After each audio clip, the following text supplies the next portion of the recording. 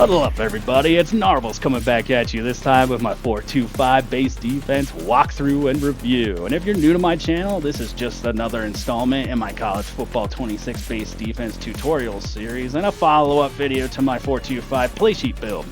And it's thanks to a big swing in DC named Gary Patterson that we even have the 4-2-5 as it exists today. He took a nickel sub package meant for pass-heavy downs and he turned it into an every-down defense. And he did it by pulling the nickel back and putting in his best hybrid strong safety slash linebacker type badass there, and he took off the leash. And what that means for us in-game is a defense that's freaking way more aggressive against the run, where strong safety 1 and strong safety 2 come down on either side of the defense and set the edge, all while the front 6 plug all the inside gaps, freeing them up to gobble up anything that spills outside. And that's going to be the case with every core formation in the 4-2-5 playbook, even the penny, because it has the exact same defensive backfield. And that makes playing with the 4-2-5 feel a bit repetitive and maybe a little boring. But trust me, that's a feature, not a bug. I mean, 99% of your opponents aren't going to be able to tell what formation you're in on any given down. And what I'm going to show you is that past the front 6, it doesn't even really matter much anyways. Because if you have a good handle of the 4-2-5, you have the right personnel, you know what plays work and where to find them, then you can make even the best quarterbacks in College Football 26 cry. And that's what we're going to do in this video. I'm going to show you what those plays are, where to find them, and then more importantly, I'm going to give you some examples on how you can use them to harvest those salty QB tiers. So if that sounds good to you, strap your helmets on, make sure you're subbed up, hit the like button, get hyped. Don't forget your mouthpiece because we hit hard around here. Ready? Break. All right, let's save the penny for later and take on the three-headed monster that is the 4-2-5 under, over G, and the 3-3-5 over flex. And that's because those three formations end up forming a more complete menu of blitzing and coverage options when you take them together rather than separately. And 99% of the time, you're going to find that the best play to use in any given situation is going to come from one of these three formations.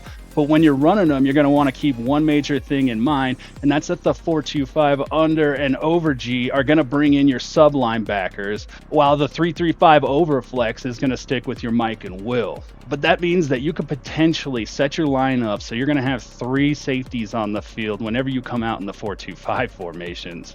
So let's work our way down the coverage tree with these 3 formations, and we'll start at the top with the cover 4 options. Now, all 3 of them give you the cover 4 call, but only the over G and the over flex are going to give you the palms option. That's normally not a big deal, right? But if you have different sub linebackers than you do a Mike and Will, it could be. But EA is going to give you the option to call palms either way, so you can clean up on that stupid little slot out from the wide receiver. But the cover 4 is just the cover 4. It's straightforward, it's simple, and it's just like any other cover 4 in all the other playbooks in College Football 26. So let's skip ahead to something a little bit more exciting, something with more flavor, like that fresh baked cover 3. The cover 3 gets really interesting with the 4-2-5 because you can rush 6, have 2 of those guys be blitzers, and still be running an effective cover 3 shell over the top.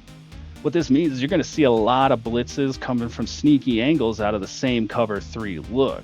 It's like in this strong safety blitz 3 where the quarterback sees that strong safety 1 in the slot, probably thinks he's dropping into coverage, and it's going to cost him a sack. But what I really like to do early game is to take control of the blitzing guy. That way I can freelance underneath the cover 3 shell and kind of get a feel for the offense quicker. So when I am sensing that run, I'll switch things up like I did in that strong safety blitz 3, go back to using the coverage guy, and that's all just because I think the CPU has a better run reaction when he's in blitz mode. I'll highlight all the good cover 3 zone blitz calls on screen for you right now, and the great thing about each one of these is that they can handle everything. They can shut down the run and the pass, and they're good at generating turnovers, and so that's really bad news, as you can see, for someone who's trying to hurry the ball down the field and spam the same play every time on you. It's also bad news for any offense that doesn't fully commit to establishing the run on you, because you can maintain a 3-high look the entire time you shut them down on the ground. And when you do shut them down, or even if you don't shut them down, I'd like to tighten the screws and just get more and more aggressive with those cover 3 zone blitz calls. That's when I stop bringing single blitzers and start bringing 2 blitzers. The Mike Sam crash press and the strong safety crash press are my absolute two favorite cover three zone blitz calls in this playbook. But the other ones that are highlighted on screen right now are really good too. And the way I like to use them is in a sequence where I never use the same one twice in a row. And then on top of that, I never like to control the exact same guy twice in a row. Sometimes I'll be the coverage dude, and other times I'll be the blitzer. Now I've gone from maybe bringing 5 to always bringing 5 on every play, and then maybe bringing 6 because I'm that 6 blitzer, freelancing like I always do underneath a cover 3 scheme. These plays are probably the best cover 3 answer to an elite QB on a tear because they'll protect you deep. They'll also protect against the run, but they'll put pressure on the QB and give you a shot at creating confusion and becoming the playmaker. And then also controlling a different player every time actually adds to the QB's pre-snap workload because he's going to look for where you're at. Then after the snap, you're compressing his progression because he's got to decide why you're there and what you're doing. Either way, all of these things encourage bad decisions, terrible checkdowns, and hopefully interceptions. The one thing you're going to want to make sure of, though, in this scenario is that you make the quarterback beat your base cover 3 calls because you don't want to be taking any unnecessary risk for the same amount of poundage. Now let's get into another advantage of using the 4-2-5 defense, and that's the cover 6 or the hybrid coverages. You see, the 4-2-5 is designed after the nickel, so that means the under, the over G, and the over flex can all run any of the hybrid coverages EA gives us. That means it comes with the cover 6. It also comes with the cover 6 invert, but also the cover 9. And because the 4-2-5 is an unbalanced formation like the nickel, when you choose the cover 9, it's running the mirrored version of the cover 6. So it's reversed as far as the defense goes. Flip-flopping between the cover 6 and the cover 9 in any of these formations is a classic way of generating interceptions. These actually run so well that I'll use them just like I would the cover 3s to feel out an offense in the early game period and get a handle on their tendencies because they do well against the run and they do great against the pass, and all that does is add confusion to the quarterback early game. The one thing you want to make sure of is that you're covering up that seam that forms in between the cover 4 and cover 2 side of the defense. And as far as that cover 2 goes, you have that one standard cover 2 call underneath the 3-3-5 overflex. It works great, it's fine, but it works just like any other standard cover 2 call in this playbook. It's good against the run, it's great against short passing because the linebackers can stay in the middle and lurk underneath, and the cornerbacks don't have to bail deep. Now, the real butter on the cover 2's bread is with the cover 2 zone blitzes in the 4-2-5 under and over G. Each one of these calls is going to ask either the strong safety 1 or the strong safety 2 to come out of coverage and on a blitz assignment. If it's the strong safety blitz 2 or the Sam blitz 2, it's asking strong safety 1 to come out of the wide slot position. And if it's the weak safety blitz 2, you're talking about strong safety 2 in that traditional strong safety spot creeping up with everybody kind of rotating pre-snap to cover up for them. And each one of these brings that blitzer at the expense of losing the 3 receiver hook zone that usually covers up the seam that forms in the middle of the cover 2 defense. Now they compensate for this by putting both cornerbacks into a soft squat zone and both linebackers into vert hooks. If you want to know more with exactly how this works and why they'll both snap into man against certain coverages, I made an entire video about all the zone coverages in the game. Now pay attention to what happens when I take control of the blitzer and I use him just like he was that 3 receiver hook. As the defense comes to the line, for all intents and purposes, it looks like a cover 2 man. And then when the ball's snapped, it turns into a Tampa 2 that's ultra aggressive. You just got to keep in mind that number 3 receiver can be unaccounted for in this formation, so keep an eye on him. I like to work these plays into my normal cover 2 calls, but I'll wait till later in the game because I'll have a better feel for the offense's tendencies, and the quarterback has already seen my standard cover 2 and he's been exposed to my cover 3 zone blitz psychological warfare. I truly think that makes it a lot more effective. But other than that, these represent the last option I'll choose when I'm thinking I need pressure to stop the run or to force a quick pass and an interception.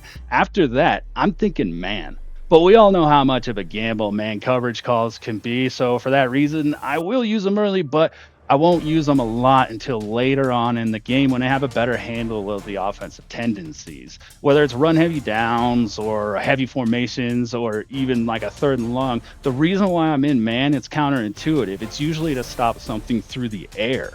If I wanted to stop run, I can do the same job with a cover 2 zone blitz call. What I really want is that blitz combined with the pressure manned up DBs put on that wide receiver so they're able to jump all over that RPO. Between the under, the over G, and the over flex, you're going to be able to bring any combination of 1 or 2 blitzers out of man coverage that you like, especially when you realize that every cover 1 is a cover 0 when you're the guy freelancing as the dude in zone. So with all that said, it's probably more important exactly when you're making the cover 1 call than the exact cover 1 call you're making. And when the time comes to make that call, I would base your call off what the offense is coming out in, their formation, so you can avoid any alignment issues. Each and every one of these man calls is so high risk that you're going to want to adopt any risk mitigation strategies possible so that you can cover your ass. I mean, for me, that means using my coaching adjustment to turn off motion response so my defense gets a better disguise. It also means guessing pass every time I bring more than 6 so I don't get beat over the top and I can jump that RPO when it comes for a tutty. If you adjust your coverages a lot like I do, you're going to want to do all that stuff before the offense gets aligned so that adjustment doesn't tip them off. But the most important risk mitigation strategy I use in man coverage is actually just to leave the man coverage up to the CPU if at all possible. That's because they do a way better job at sticking to the hip like Velcro than I ever will. And me being the zone guy in 1 or a blitzer in 0 or even the bracket guy lets me freelance like I always do. And from there, I can choose to honor the blitz or lurk in zone. But either way, if that quarterback is trying to read me for any reason, he's not getting any useful information out of it. And that's pretty much how I'll approach all the other defenses in this playbook. I'll choose a player with little to no coverage responsibility, so I have the freedom to lurk independently inside of a complete coverage scheme. That way I can see the whole play, every play, and it gives me a faster feel for their tendencies. So now I can focus my play calling down faster and bring that pain sooner to the offense. After I maximize that confusion, I'll start alternating the exact play and player I'm using to crush their dreams. So it shouldn't surprise you too much when I tell you that I run the 3-3-5 penny almost the exact same way I run the other 3 formations. I just saved it for last because I wanted you to appreciate what those 3 were trying to do and how the penny fits right into where they're at their weakest, the short yardage run game. And they do this by pulling one of the linebackers and putting in an extra D tackle down on the line of scrimmage. And you would think that that would limit this defense severely, but no, it does most of the same stuff the other 3 formations do. And that's by transferring the responsibilities that were on that linebacker to one of the edge guys on the line of scrimmage. And in run, that's not a big deal. But in the pass coverage game, it's going to ask one of those DNs to go back into coverage. And I'll deal with that in 2 different ways.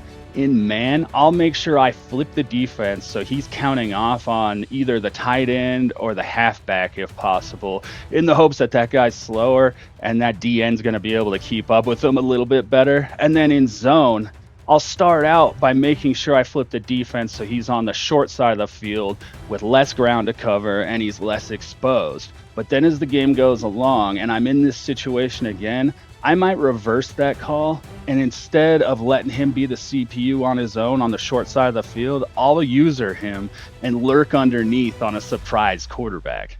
But the play that brings the penny to mind the most is the pinch blitz 0 because it's the absolute best short yardage run stopper in this playbook outside of goal line or something like that. It'll even turn the odd QB sneak into a nice little QB snack.